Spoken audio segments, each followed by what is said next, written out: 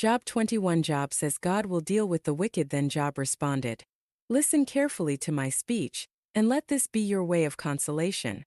Bear with me that I may speak, then after I have spoken you may mock me. As for me, is my complaint to a mortal? Or why should I not be impatient? Look at me and be astonished and put your hand over your mouth. Even when I remember, I am disturbed, and horror takes hold of my flesh. Why do the wicked still live, grow old, and also become very powerful? Their descendants endure with them in their sight, and their offspring before their eyes. Their houses are safe from fear, and the rod of God is not on them. His ox mates without fail, his cow calves and does not miscarry. They send out their boys like the flock, and their children dance. They sing with the tambourine and harp, and rejoice at the sound of the flute. They spend their days in prosperity, and suddenly they go down to Sheol. Yet they say to God, 'Go away from us. We do not even desire the knowledge of your ways.' Who is the Almighty that we should serve him? And what would we gain if we plead with him? Behold, their prosperity is not in their hand. The advice of the wicked is far from me. How often is the lamp of the wicked put out, or does their disaster fall on them? Does God apportion destruction in his anger? Are they as straw before the wind, and like chaff which the storm carries away? You say, 'God saves up a person's wrongdoing for his sons.' Let God repay him so that he may know it. Let his own eyes see his destruction, and let him drink of the wrath of the Almighty. For what does he care about his household after him, when the number of his months is at an end? Can anyone teach God knowledge in that he judges those on high? One dies in his full strength, being wholly undisturbed and at ease. His sides are filled with fat, and the marrow of his bones is wet, while another dies with a bitter soul, never even tasting anything good. Together they lie down in the dust, and maggots cover them. Behold, I know your thoughts and the plots you devise against me. For you say, 'Where is the house of the nobleman, and where is the tent, the dwelling places of the wicked?' Have you not asked travelers, and do you not examine their evidence? For the wicked person is spared a day of disaster, they are led away from a day of fury. Who confronts him with his actions, and who repays him for what he has done? When he is carried to the grave, people will keep watch over his tomb.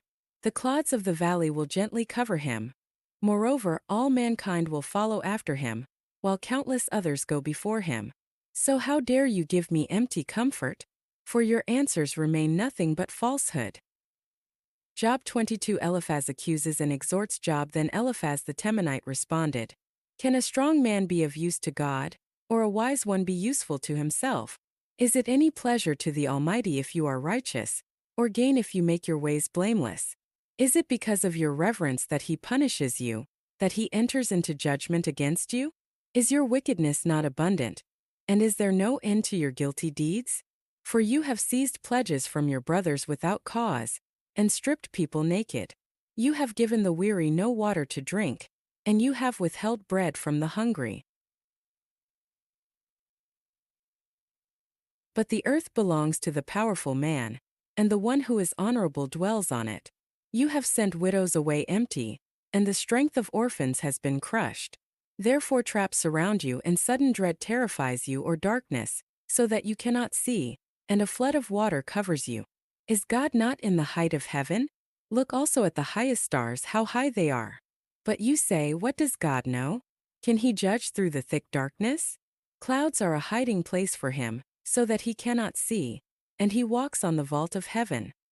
Will you keep to the ancient path which wicked people have walked, who were snatched away before their time, whose foundations were washed away by a river? They said to God, "Go away from us." And what can the Almighty do to them? Yet he filled their houses with good things, but the advice of the wicked is far from me. The righteous see and are glad, and the innocent mock them, saying,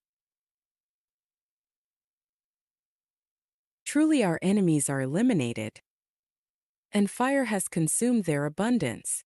Be reconciled with him and be at peace, thereby good will come to you. Please receive instruction from his mouth, and put his words in your heart. If you return to the Almighty, you will be restored. If you remove injustice far from your tent, and put your gold in the dust, and the gold of Ophir among the stones of the brooks, then the Almighty will be your gold and abundant silver to you. For then you will take pleasure in the Almighty and lift up your face to God. You will pray to Him and He will hear you, and you will pay your vows. You will also decide something, and it will be established for you, and light will shine on your ways. When they have brought you low, you will speak with confidence, and He will save the humble person. He will rescue one who is not innocent, and he will be rescued due to the cleanness of your hands. Job 23. Job says he longs for God. Then Job responded, even today my complaint is rebellion. His hand is heavy despite my groaning. Oh, that I knew how to find him, that I might come to his home. I would present my case before him and fill my mouth with arguments. I would learn the words which he would answer, and perceive what he would tell me. Would he contend with me by the greatness of his power? No, surely he would pay attention to me. There the upright would argue with him, and I would be free of my judge forever. Behold, I go forward but he is not there, and backward but I cannot perceive him. When he acts on the left I cannot see him. He turns to the right but I cannot see him. But he knows the way I take. When he has put me to the test, I will come out as gold. My foot has held on to his path. I have kept his way and not turned aside. I have not failed the command of his lips. I have treasured the words of his mouth more than my necessary food. But he is unique, and who can make him turn? Whatever his soul desires, he does it. For he carries out what is destined for me, and many such destinies are with him. Therefore, I would be terrified at his presence. When I consider this, I am frightened of him. It is God who has made my heart faint, and the Almighty who has terrified me, but I am not destroyed by darkness, nor by deep gloom which covers me. Job 24. Job says God seems to ignore wrongs. Why are times not stored up by the Almighty, and why do those who know him not see his days? People remove landmarks, they seize and devour flocks. They drive away the donkeys of orphans, they seize the widow's ox as a pledge. They push the needy aside from the road. The poor of the land have to hide themselves together. Behold, like wild donkeys in the wilderness, they go out scavenging for food in their activity, as bread for their children in the desert. They harvest their feed in the field and glean the vineyard of the wicked. They spend the night naked without clothing, and have no covering against the cold. They are wet from the mountain rains, and they hug the rock for lack of a shelter. Others snatch an orphan from the breast, and they seize it as a pledge against the poor. The poor move about naked without clothing, and they carry sheaves while going hungry. Within the walls they produce oil, they tread wine presses but go thirsty. From the city people groan, and the souls of the wounded cry for help, yet God does not pay attention to the offensiveness. Others have been with those who rebel against the light. They do not want to know its ways nor stay in its paths. The murderer arises at dawn. He kills the poor and the needy, and at night he is like a thief. The eye of the adulterer watches for twilight, saying, no eye will see me. And he disguises his face. In the darkness they dig into houses, they shut themselves up by day. They do not know the light. For the morning is the same to him as thick darkness, for he is familiar with the terrors of thick darkness. They are insignificant on the surface of the water. Their plot of land on the earth is cursed. They do not turn toward the vineyards. Dryness and heat snatch away the snow waters, as Sheol snatches those who have sinned. A mother will forget him. The maggot feeds sweetly until he is no longer remembered. An injustice will be broken like a tree. He wrongs the infertile woman, and does no good for the widow. But he drags off the mighty by his power. He rises, but no one has assurance of life. He provides them with security, and they are supported, and his eyes are on their ways.